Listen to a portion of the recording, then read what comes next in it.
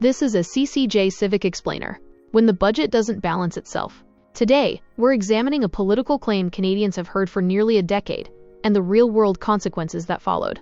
The claim: during the 2015 federal election, Justin Trudeau made a clear promise. There would be 3 years of modest deficits, followed by a balanced budget in 2019, including a $1 billion surplus. He also stated, the budget will balance itself. The warning. At the time, former Prime Minister Stephen Harper issued a warning. Mr. Trudeau has made tens of billions of dollars in spending promises. He has no idea what he is talking about.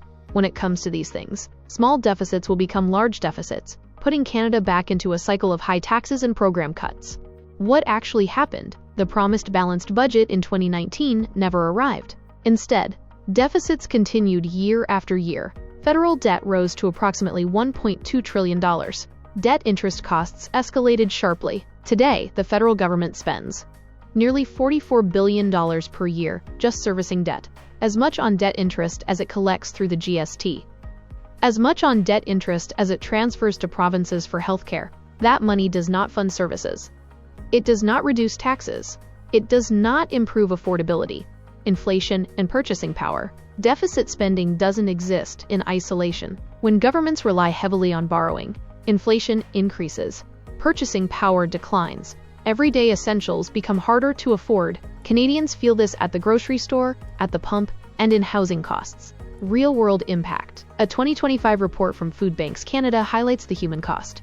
Poverty and hunger are becoming normalized. Based on data from 5,500 food banks nationwide, 1 in 5 food bank users is employed. That represents a 99% increase since 2019.